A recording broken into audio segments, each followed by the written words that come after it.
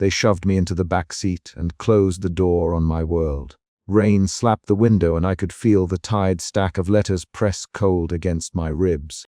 Fear tightened my fingers around the twine, sharp and practical, the sort of fear that made me check the knots twice. 2 gloved hands had hauled me through the rain. 1 breath later, I was folded into leather and headlights leaned across the glass. "Keep it together, Lena," I told myself aloud because speaking steadied my hands. They had mistaken me for someone else. That mistake became the night's first cruelty and the only thing I could name in the dark. In the 3rd sentence, I felt the problem crystallize: a wrong abduction, a wrong identity, and a pile of letters that meant nothing to them, but everything to me. The men in the front seat barked orders in clipped Italian. The driver cursed the traffic and the rain. I kept my mouth shut and let the city roar past, because saying my name felt like offering a map to whoever had taken me. I count details early. The back seat smelled of leather and old smoke. My cardigan picked up the damp scent of the curb. The fountain pen in my coat pocket dug into my ribs through paper. The dented cap caught the light when I shifted. I had written those letters by hand, page after page, during nights when the apartment felt too large and the telephone too quiet. They were tied with string because I wanted them to look finished, like promises arranged in order.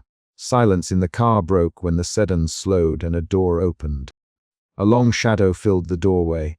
He moved with a slow certainty that made the air in the backseat press against my skin. Marco Vital stepped in as if he'd been waiting just outside the frame. His suit was charcoal, cut like a decision. His watch flashed gold when he lifted a hand. He did not smile. He took the stack from my lap and let his fingers find my handwriting the way a locksmith finds a tumbling key. "Who is she?" Silvio from the front, voice low and thin. Marco's jaw tightened. He did not look at me right away. He slid 1 letter free, thumbed the top flap, and tipped his head to read a line. The expression he wore then was not cruelty and not kindness. It was the measuring look of a man deciding whether a thing mattered. That pause was the second pain, suspicion shifting into a careful sort of recognition. I tried to speak. "I wrote them." I said, "I don't know. Lena, Marco," and he said my name as if testing the sound. He turned the page more slowly than I would have. That single moment rerotted everything. A lit cigarette ember bobbed in a small ashtray and threw a quick orange at his face. The car smelled like tobacco and rain and something heavier, cedar and a trace of gun oil. When Marco reached for the half-charred envelope Silvio had set on the dash, the tiny curl of black paper told a new story. Someone had tried to destroy at least 1 page. We were not 3 minutes from the curb anymore. We were driving into a different map. Silvio rummaged through the bundle and found a photograph with 1 corner burned, the image blurred but still legible. A man shaking hands with the wrong people. The picture had been in my pile because my hand had trembled the first time I tried to press it into an envelope. I had put it aside and written another line instead. "Where did you get these?" Marco, voice softer now and directly to me. I told the truth because the truth was the only small flat surface I could hand him. "I wrote them while I waited. They re for him. He me to keep writing until he came back. I never mailed. I never sent the last one." My voice came out thin. Saying that last clause felt like the end of an explanation. Saying his absence aloud made it real in that car. Marco's eyes drifted up when I said the promise. For the first time his face softened, a small loosening at the mouth that happened only when no one else watched. He read 1 line again, mouth unmoving. The soft reaction changed the geometry of the space between us. Suspicion moved toward a cautious tenderness. That was the chapter's second emotion shift. Fear eased into bewildered recognition. The sedan cut under an overpass, and another car pulled alongside. Someone tapped the window with a gloved hand. Silvio's head snapped toward the sound, and he cursed. Marco's hand went to the door handle as if to open it, then stopped. He kept reading. The other car's driver flashed a light and a dark shape leaned forward, a silhouette signaling an attack. We were being followed. Silvio. The word was a flat command, and the driver's hands tightened on the wheel. A burst of gunfire answered him. The first bullet punched the taillight. Sparks feathered across the asphalt. Marco didn't shout. He threw himself toward me and his forearm slid across my shoulders, a deliberate hard cover. I heard the leather of his jacket scrape as he pushed, and his knee pressed into the seat to wedge his body between me and the door. My breath locked into a single, shallow rhythm. I felt the thud of his heartbeat through the material of his shirt. Silvio saw and rested the wheel, the car fishtailing under more shots. The rival sedan pulled ahead and tried to ram us. A door flew open and a man climbed halfway out, firing. Marco shoved me down so my head nearly hit the glove compartment. One bullet cracked the glass above my knee and a knife of cold bled through. In the scramble, the last sealed envelope tore. A smear of blue ink smeared across its flap, a quick accidental revelation, a name. I saw the letters in a jerk and recognized the handwriting as if it were a face I had put in the drawer. My throat went dry. Fear surged again, sharper than before. I tasted metal. That was the chapter's third emotional movement, being shocked into immediate danger, and then a narrower, angrier fear. We swerved off the highway and onto a narrow overlook where the city spread like wet glass beneath us. Silvio hammered the lock into park, and we tumbled out into a shallow dawn haze. Marco pulled me close enough to hear him breathe. He did not ask questions then. He counted wounds, the car, the torn envelope, the fact that someone had burned one page. He handed the half-charred photograph to Silvio, who tried to burn this. Marco demanded. He the question like a metal bar, the others shifted under it. Silvio answered with a name I had only seen once, written in a line of a letter I had never sent, Rossi's men. They heard there were letters. They wanted proof someone had been writing to him. I didn't know what Rossi meant except that names landed like stones in my mouth. I put a hand to my pen pocket and felt the dented cap. My letters had been private, because I wanted to keep a promise. Now they had a value I had not assigned, that changed my plan for the night. Action replaced wandering thought. I forced my feet to move with theirs. At the safe house, Marco shut the door and lit a lamp without asking. The room was auster. A metal table, a narrow bed, one lamp that threw a hard circle of light. Marco spread the letters across the table, careful and methodical as a surgeon.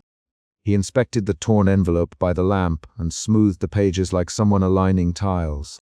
He watched me with the fixed attention of a man reading a map for the first time. You really wrote all of these? Marco, yes, I said every night for 2 years. My voice did not shake now.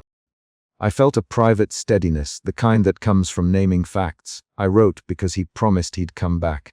I wrote to keep the promise. Marco folded his hands. He smelled of tobacco and cedar. His signet ring caught the light. Who you to wait, he said. I hesitated because answering meant opening a wound. He left a note the day he went away. He needed to fix something, and that I should write until he came back. I kept every letter because I thought they'd make sense when he returned. Silvio snorted. Reality doesn't wait for letters. Lena, he said. His voice held a rough impatience that cut across the room. Marco did not agree or disagree. He read another line and his finger paused on a sentence that matched a sentence in a file I couldn't see. For a moment I felt small and unexpectedly dangerous. The letters, I realized, were not only private objects. They were physical keys that could fit into someone else's lock. We argued about what to do. Silvio pushed for destroying the letters that tied me to whatever file Marco had on his desk. Marco argued they should keep them intact until he could decide whether to use them.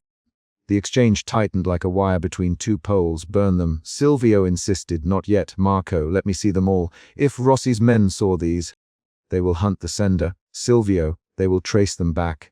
Then we move her out now, Marco replied. We move Lena out and we find where they touched these pages.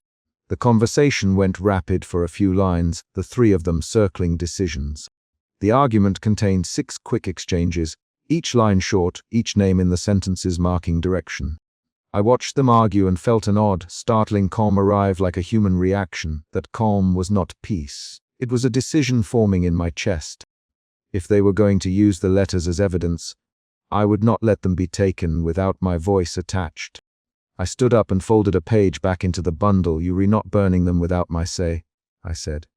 My voice surprised Marco into looking at me. Silvio barked a laugh, sharp and startled. Lena, Marco.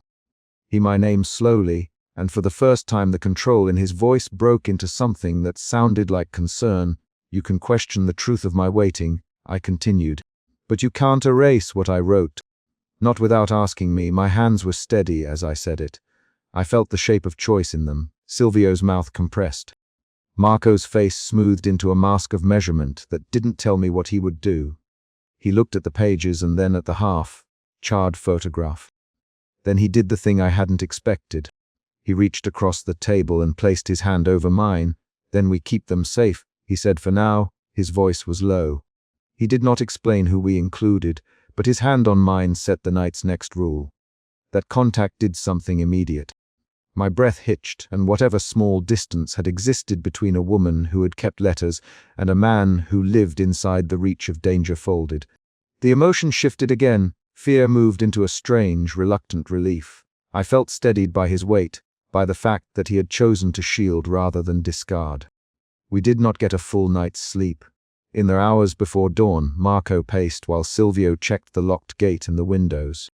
Each time Marco paced, he stopped at the drawer where he had put the remaining sealed envelope, the one with the ink smear that revealed the name.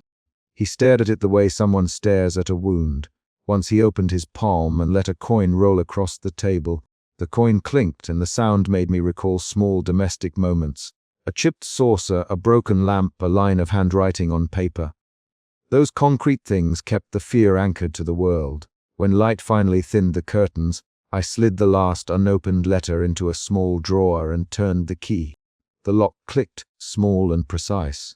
Marco leaned in the doorway and watched me do it. He did not step forward. He did not reach for the drawer. He only watched. "You could keep writing," he said. Heat as if suggesting a pragmatic option, not a command. "I will keep writing for myself."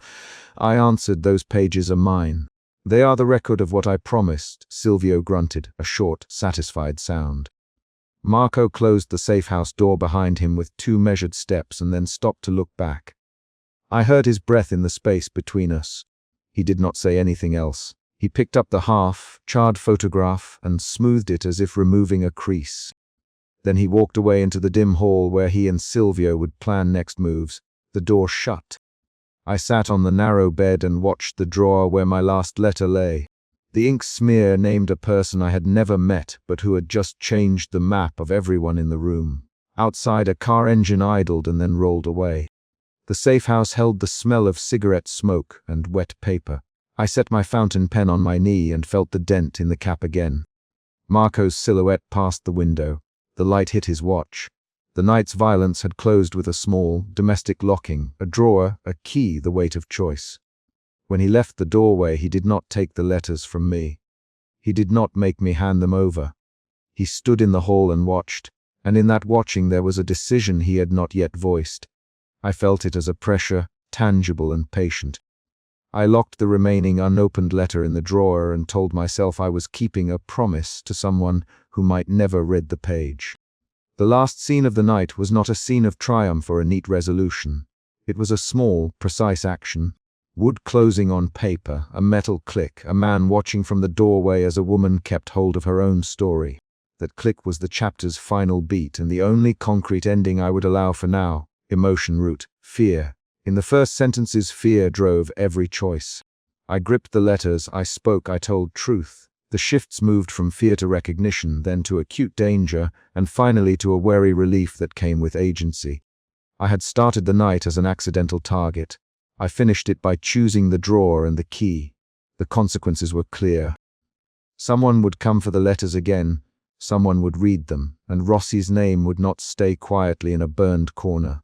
For the first dawn since the telephone had gone silent, I felt I had a thing to do. I had a decision to keep. The drawer clicked shut on the last unopened page while Marco watched from the doorway, leaving a charged, unfinished quiet between us. A gloved hand tore the envelope from my fingers, and I stumbled forward as paper skittered under the fluorescent kiosk light. Fear tightened my throat the way it always does when someone reaches into the small circle of my life and tries to take something I have tied with my own hand.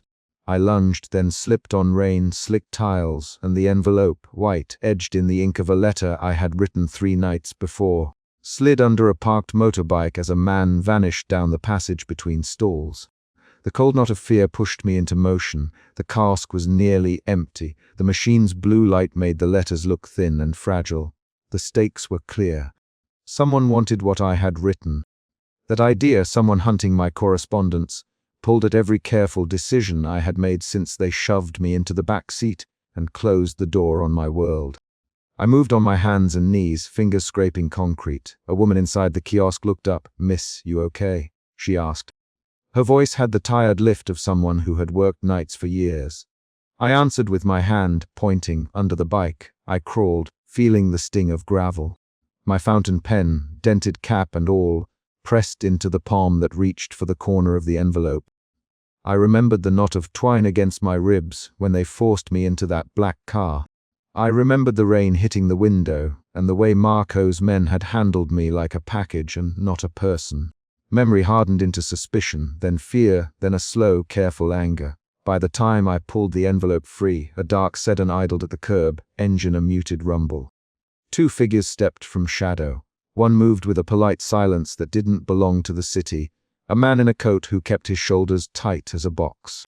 The other came from the street with the briskness of someone chosen for small, quick tasks. "Hey," the brisk man said, "that's not yours." He reached for me.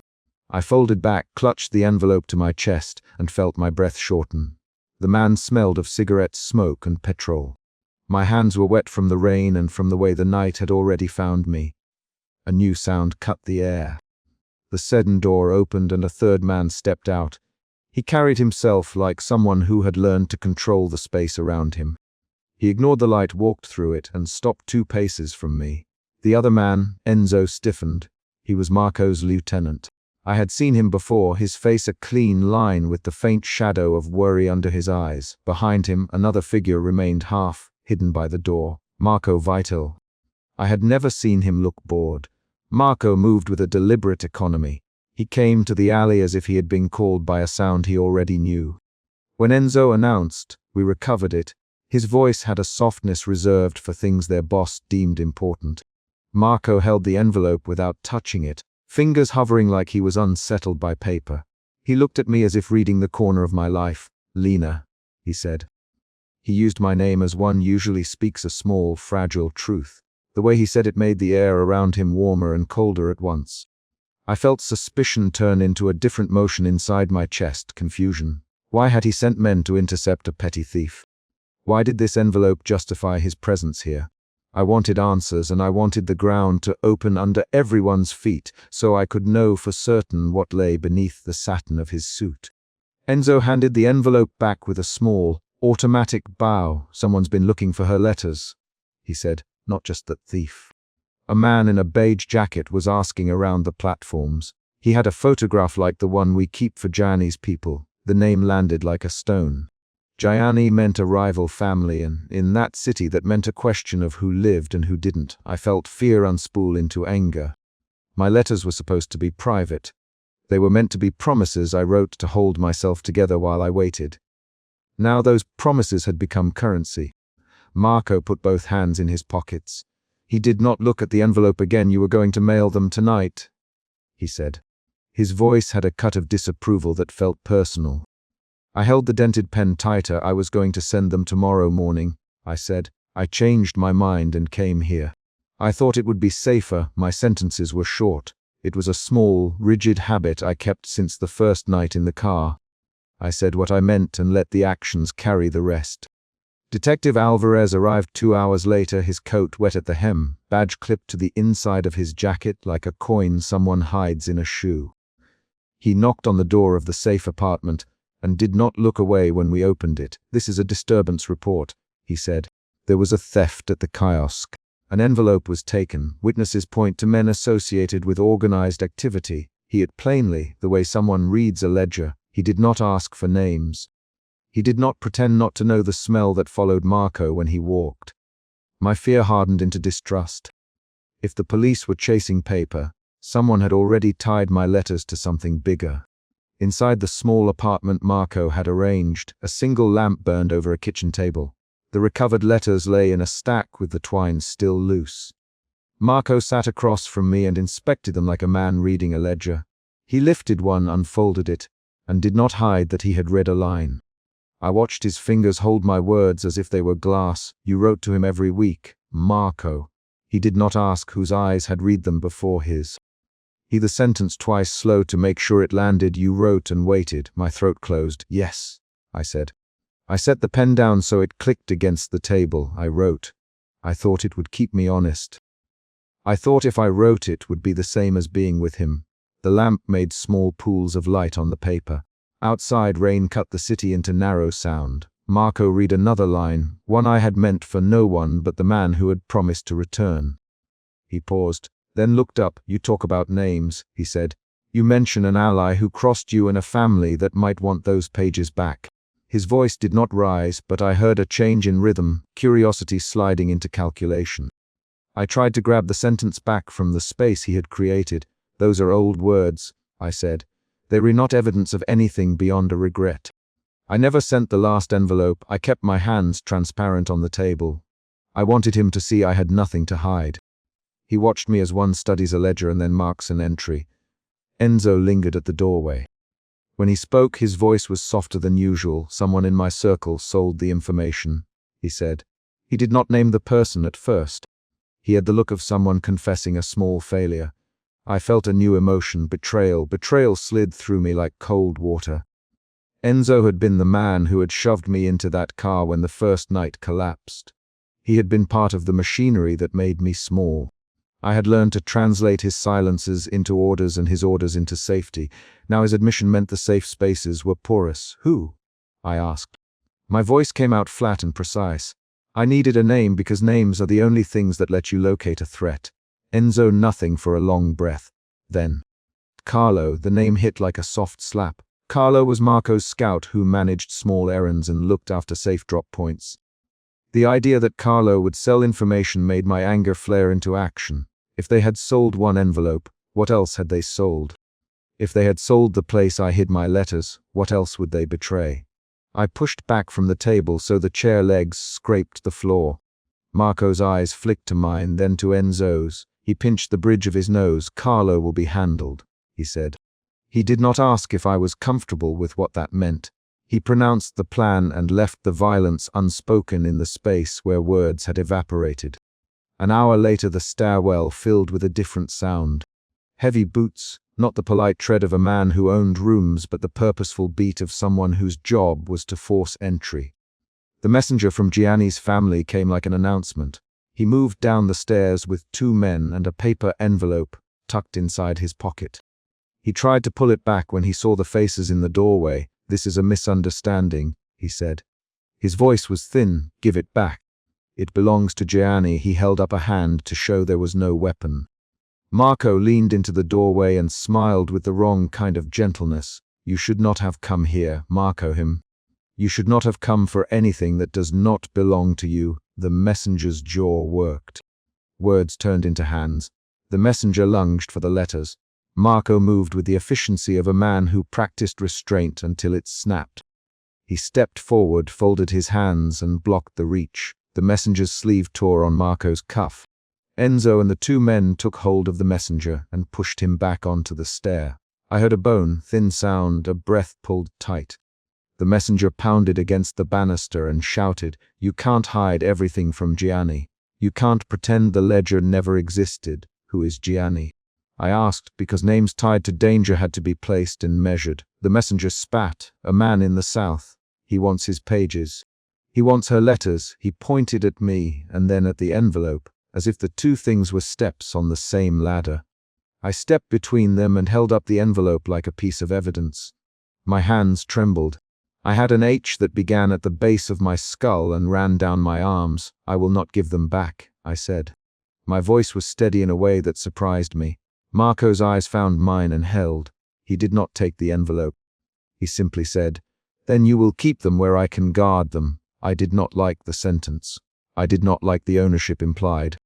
But the messenger's breath came fast enough that I knew if I refused, someone would try to take them by force, and I could not risk the letters being used like tools to break other people. We moved to the rooftop as the city carried the storm into gutters. The air was colder there. A low wind pushed against the edge of the building and scattered a few loose leaves across the concrete. I stood with the envelope in my hands and watched Marco light a cigarette as if he had not done so in front of me before. He did not offer one. Enzo lingered to the side, his hands in pockets that had once held orders I obeyed. I cupped the envelope and opened a single letter to the place I had always closed with a line I never meant anyone to read. Marco read over my shoulder without my permission. "You wrote his name into the margins," he said. "You wrote where he kept safe papers and the place he went when he was worried." My mouth went dry. "I did not mean for that to be public," I said. "I thought they were small details." Marco folded the letter, placed it back into the stack, and held it like he was deciding whether to file it. "Enzo finally told us what he knew. Carlo sold the time the bundle would be mailed," he said. "He sold the stop I told him would be safe. He sold the route and the picture of the envelope. It was small money to him." His voice had no attempt at softness. "He is arrested now. He did not know the buyer. He named names, but a few were just rumors." He looked at me. "We caught one of the men who took the envelope. He had a tale of receipts and a receipt to Gianni's fixer. That is enough to make men move." Each new piece of information made my chest tighten with a new emotion. Helplessness sliding into resolve. If people were trading details of my life for pay, I needed to stop being a ledger on someone else's desk. We argued on the rooftop. "Marco, we should hand a few letters to a trusted ally who could trade them back if needed." I said, "No, you want to turn my words into bargaining chips." I told him, "You want to make them currency." He answered with a question, "Do you want them destroyed?" My hands closed around the paper and my fingers left small creases. The question forced me to act. The argument turned into a rapid exchange. "I won't let them be used," I said. "I won't let anyone use what I wrote to decide whether I'm safe." "Then you must choose where they go, Marco. You will either give them to someone who can protect them, or you will destroy the one that binds you to waiting." "Destroy one," I repeated. "Which one is that?" "The last one you never mailed," he said. The idea of burning a single page that had been my promise felt like opening a wound and then sealing it. I thought of the mornings I had set aside to write, the lamp, the smell of ink and lavender, the way I folded the corner before I read. I thought of the man who had promised to return. I thought of the night they had shoved me into the back seat and closed the door. The emotion inside me moved from helplessness to a fierce control. I could not let the pages decide for me. I reached into the stack and took the envelope I had kept back. My hand trembled when I slipped a lighter from my pocket. Marco watched me with an unreadable face. Enzo watched as if my action would tell him whether he had failed. When the flame caught the paper, the smell of burning ink rose sharp and quick. The edge curled and blackened. I did not look away. I held the envelope over the rooftop drain and watched half the sentence I had written disintegrate into ash. The action was deliberate. It was not a speech. It was a choice. As the paper went, something in me recalibrated. I felt a new clarity settle into my shoulders. I had moved from waiting into deciding. The papers left in my hands were still many. I refolded them and handed the bundle to Marco. "Keep them safe," I said, "not as a prize. As proof." He took the stack and his fingers brushed mine. The touch was quick and practical. He did not say he understood. He only closed his hand around the letters and nodded once. Later, in the dawn light, we sat in a small rented room. The immediate danger had drawn away like tide. The city beneath us washed itself clean of last night's rain. Marco sat by the window, the stack on his lap. He folded the corner of a page just the way I did. He did not read it aloud. We both moved like people who had done things we could not unmake but could account for. "You saved the rest," he said. "You burned only what would have kept you waiting forever." My shoulders loosened in a way that felt like the release of a small muscle. I had knotted for months. I had not spoken promises to anyone. I had acted. Detective Alvarez left a card on the kitchen table before he departed. His handwriting was plain. "If anything else happens, call me," he said. The card felt like a paper between worlds. Marco folded it into his wallet without comment. Enzo cleaned a cup with the sort of quiet steadiness that comes when a man has fixed something of his own making. The rooftop had shifted something inside us all. Betrayal had shown its face. Protection had shown its cost. I had lost one letter and preserved the rest. I sat with my fountain pen on the table.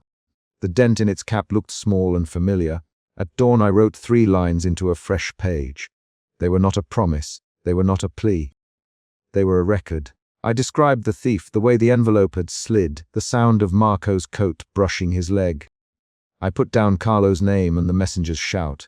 I wrote where we had stood on the rooftop when I burned the page. I wrote these concrete facts because facts can be measured later. Sentiments can be twisted. When I closed the envelope, I did not tie it with twine. I did not bind the future with a knot. Marco took the stack and put it somewhere where a ledger could find it, but not a rival's hand. He left a mark on the table that would tell him he had been here. We did not pretend everything had ended. We resolved a small, immediate threat and learned the walls around us had holes. That realization carried a taste of unease and a soft, reluctant acceptance.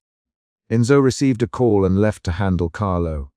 The messenger wheeled away with his bruised pride and a promise that Gianni would know. Detective Alvarez left a note that he would follow suspicious transactions. Marco stayed behind and, without asking permission, folded the corner of a paper of mine and placed it back into the stack. I left the rented room with the pen in my pocket. I walked into the new morning with a lighter weight.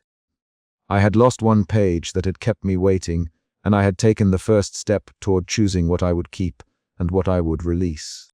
The immediate danger had been resolved. The leaking trust within Marco's circle had been exposed and would be addressed. My name had been said in stairwells and in the mouths of men with different loyalties. I would write again, but with different lines.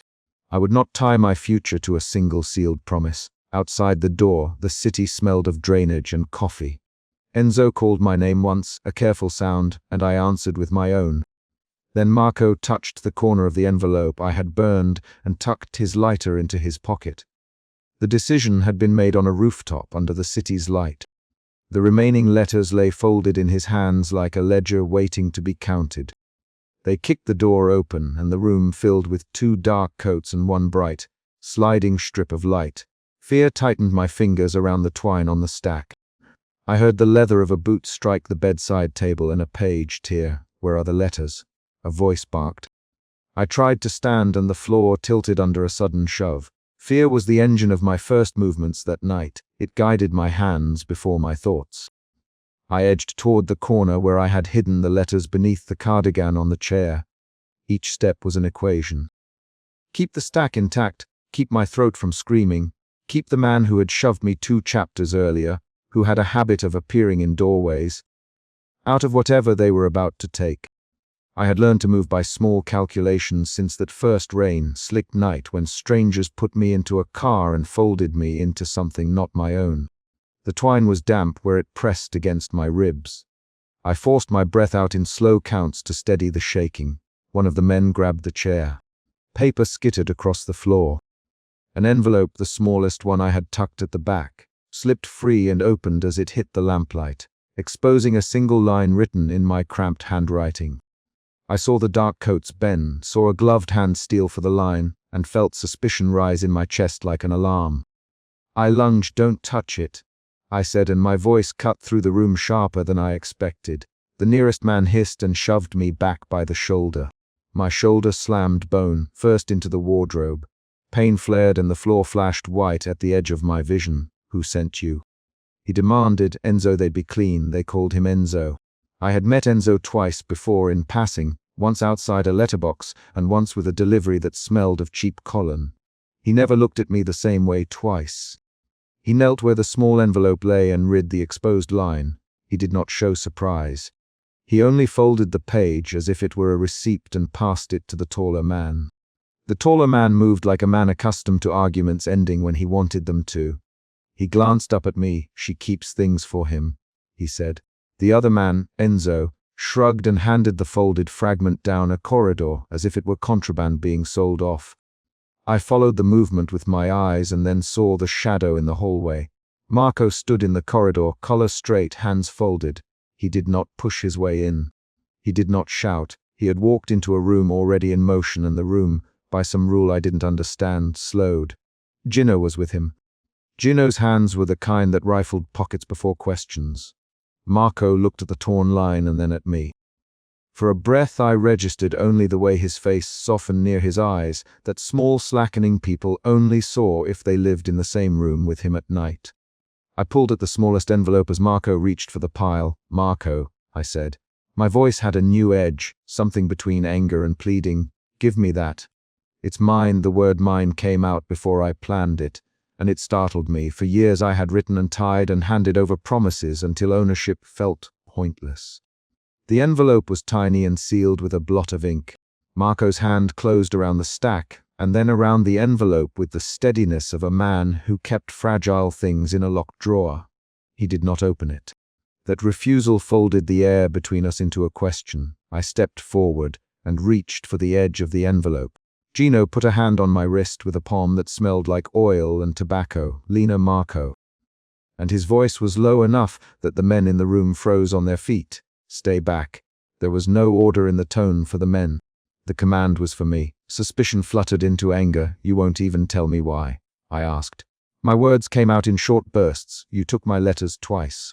You won't open this one. Who are you protecting?" Marco's jaw tightened. "I'm protecting you." He spoke the sentence like a fact and then sat it down between us like a new object that needed to be examined. "Protecting me?" I echoed, "by keeping me from the only thing I have of him." My hands found the cardigan on the chair and the surviving twine, and I folded the corner of the little envelope as I had 1,000 times before when an idea might help steady my hand. Enzo stepped toward Marco. "Boss, there's a buyer for these lines. Someone's been selling pieces." Everything shifted. Betrayal leaked into the room like smoke. My breath shortened as I tried to list who could have seen the letters. The woman at the cafe where I had left one in a napkin, the clerk at the kiosk who had handed me tea 2 months ago, a friend who had laughed at my handwriting. The list tightened into one name, someone inside Marco's circle. The thought reached over my shoulder and pinched the back of my neck. Marco's eyes cut to Gino. "Check it." Now, Gino moved without speaking. He dug into the stack with the quick, rough fingers of a man used to counting money and threats. He read lines in under a breath and paused when one smudge altered a confession into an accusation. He held the page out to Marco. "Gino, this one reads like a ledger, boss. If they sell this, it will tie you to a meeting in the docks last spring. I heard my name in their mouths like a ticket." "Marco," I said. "You have to see." Another man appeared at the alley's mouth, one I had not met before. He held a scorched scrap between 2 fingers. He placed it on the hood of the car with the same careful violence people show when they want to threaten. "This came from your girl's letters," he said, and the bag of his voice crackled with something like satisfaction. "We want territory. You give us this or the letters burn." He clicked a lighter and the tiny flame leaped under the paper. The smell of